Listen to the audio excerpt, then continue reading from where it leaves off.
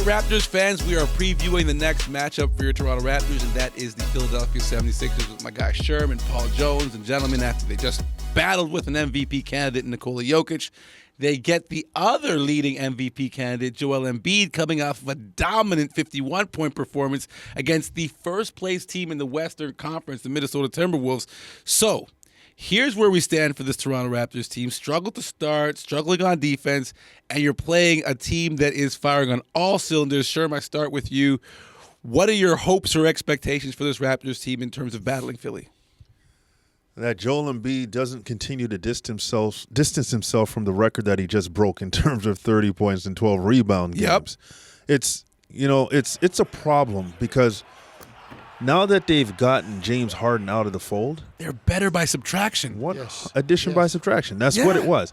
But the most important thing is, not only is Joel Embiid that guy, but Tyrese Maxey has had the ability to be the number 2 guy, clear-cut, no questions asked. Blooming and blossoming. And he changes the pace of this Philadelphia team. Now, you got to remember this. You could argue that Nick Nurse and the Toronto Raptors did the best job defensively against Joel Embiid. Last season. All Nick did was go and unlocking and say, here's what we did, Joel. Yeah. These are the things you need to work on. Yeah. If you want to get better, do these things.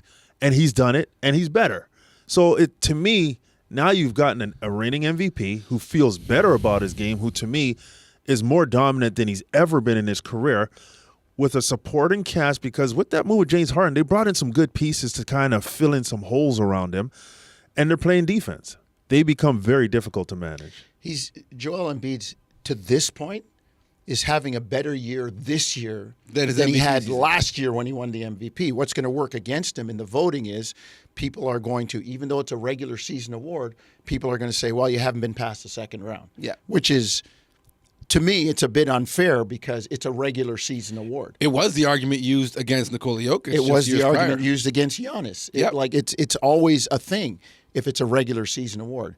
That being said, Tyrese Maxey is a guy that, to me, has really taken a jump because he was used to playing without the ball, playing with James Harden.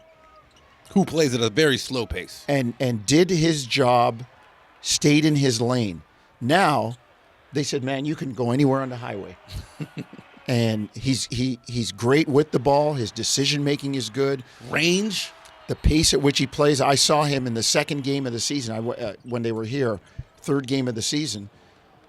I went to watch the warm-up, and he was shooting from Steph Curry, Dame Lillard range. Logo land.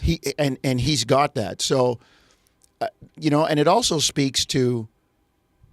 Those are crazy numbers. Crazy. It also speaks to... MIP. Same car. 100%. Different driver. As Sherm said, Joel, this is what the league does. This is the blueprint for stopping you, so just be aware of it. And like I said, he's having a better year this year to this point than he did last year when he won the MVP. Producer Jake was mentioning overall rating number 1, the number 2 offense, number 2 defense, and a lot of that has to do with the ancillary pieces. Let's talk about guys like Kelly Oubre. I know Batum is questionable, but they've got cap room, and they've got guys that really fit around. This team has a lot of room to grow, no? They do. They do. And as we wind towards the trade deadline, I will be interested to see, particularly when they keep playing well, between Daryl Morey, Elton Brand, Nick Nurse, what they sit down and identify as this is what's going to get us past the second round. This is what's going to get us to the conference final and make us a championship contending team. Because they have those same assets that they have in the lineup can also be trade assets if they choose to trade up and improve their roster. Yeah, and don't forget, Tobias Harris is a very good player. Yeah, trending downwards a bit right now, but still strong defense. But he's having a great year without James Harden holding the ball. He is. And you think about it, you have to deal with Joel Embiid, Tyrese Maxey. That's world-class talent. As your third weapon, Tobias Harris becomes very good. If you have him as your second weapon, maybe it's a bit different. But as a third guy, it's kind of like when the Lakers had Kobe, Pau Gasol, and then Odom. Yeah. When it was Kobe and Lamar Odom, Lamar's a good player, but as a number 2, he's not as effective. As a number 3, he's great.